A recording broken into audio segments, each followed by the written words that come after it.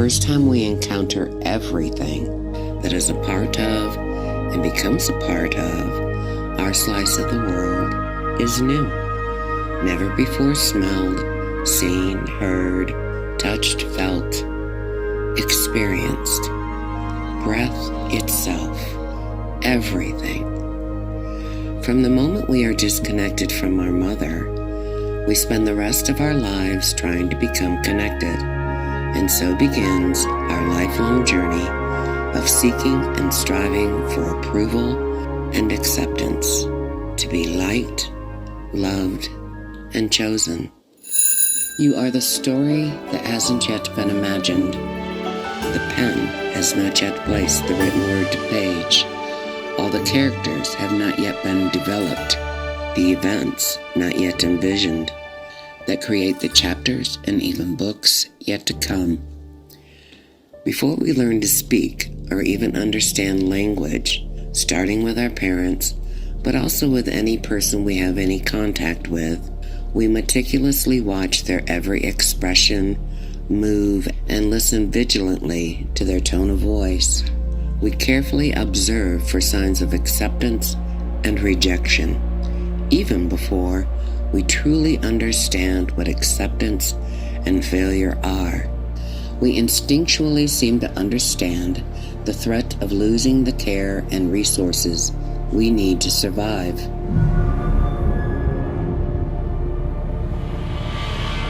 Almost from the beginning, we are taught that we must appear to be good enough to the others in our family, social circle, and society as a whole. It is a directive that has been passed down through the generations, that was taught to our parents, by their parents, by society, and by the government who made up those rules and systems to benefit and enrich themselves, and the patriarchy they have fashioned to enhance men and their pocketbooks, the very pocketbooks they use to fabricate ways and rules to keep their system of enrichment going. They have also created hierarchies among regular men based on conformity to rigid standards of masculinity, and amongst women based on their conformity to submission and the pursuit of beauty according to their standards. But all that's for another video. The events we encounter, and most notably the people and how they affect us along the way, together with our innate qualities, tendencies, and instincts, our personalities start forming, but then begin to create, construct, and decorate our different masks, our identity, our persona, for each occasion, each and every moment of our lives to the best of our ability, understanding, interpretation, and our perceptions of what it all means, and what we are taught to believe is acceptable and attractive. One mask here, another mask there. We learn what parts of our true character, behaviors, and appearance to enhance for reward, and those parts of ourselves to hide and suppress in the company of others, even amongst certain groups, and even in the company of each individual. They all have different expectations of us. We cover up our true personalities and bury those qualities, traits, and sometimes even talents we learn to identify as bad, unacceptable, different. So the game begins, the process of adjusting our personalities throughout our entire lifetime based on the perception and rules of others. Rock-a-bye, baby, in the treetop. When the wind blows, the cradle will rock. When the bough breaks, the cradle will fall, and down will fall, baby, cradle and all. And so the cycle begins of feeling like we are being pulled this way and that way, and concealing our true nature and faults. We are taught guilt and shame, and so we cover our mistakes and weaknesses with those masks.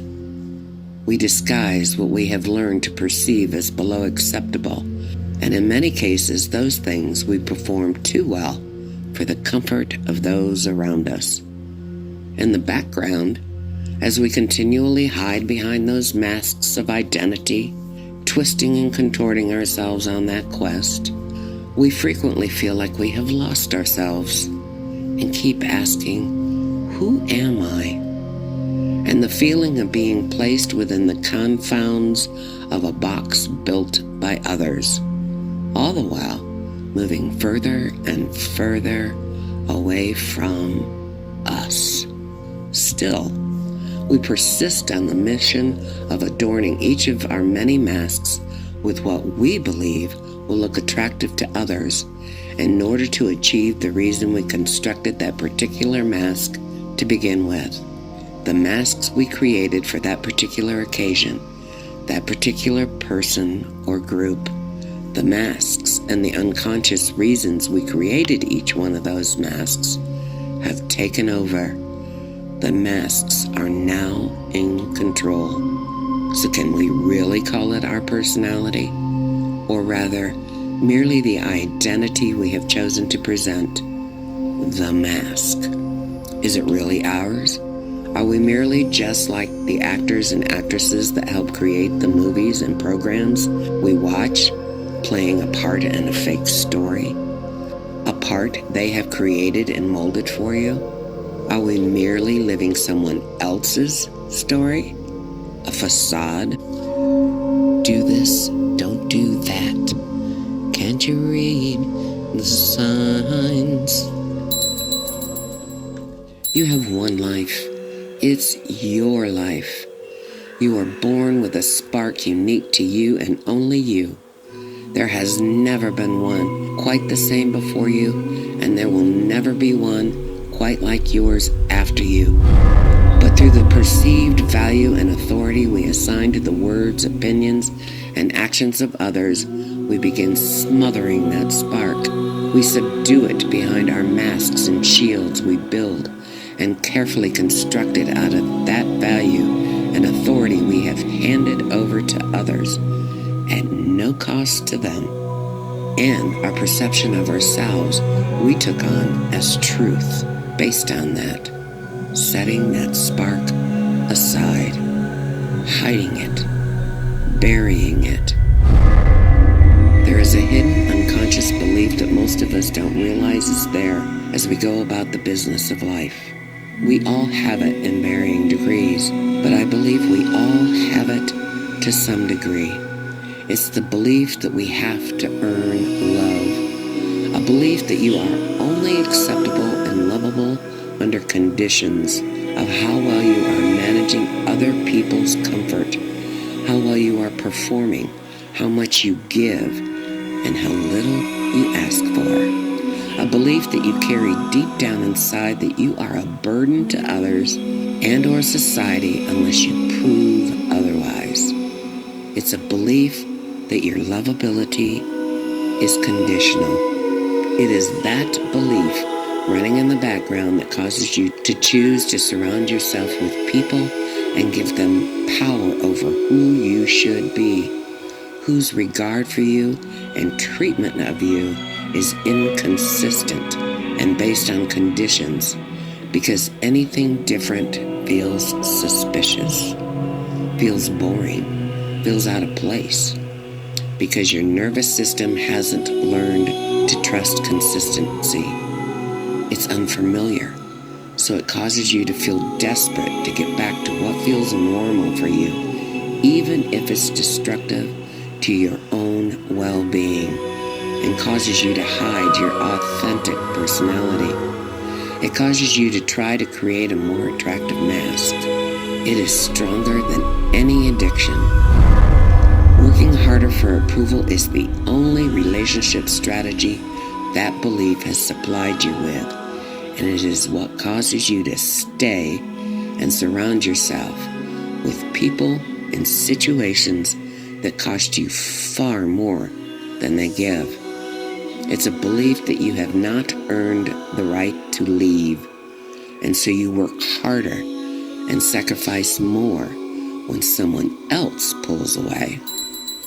This is about your worth, independent of other people's comfort and authority's control, independent of what you produce. It's about the spark unique to you. It's about the pieces of that spark you have veiled behind the mask and guarded with those shields your demons have created to falsely protect you with. It's about turning your back on you. It's about giving up who you truly are for the benefit of someone else's or society's construct, at the detriment of yourself and your unique value. It's about giving up your likes, your dreams, your talents, your childhood joy, your spirit for someone else's contentment and objective.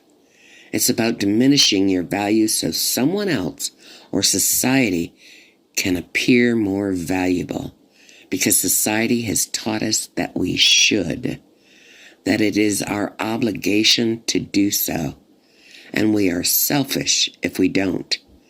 It's about giving up your self-respect. It's not true. It's a lie. It's a lie your nervous system tells you is okay, because it believes it is protecting you from harm, when all along it is harming you.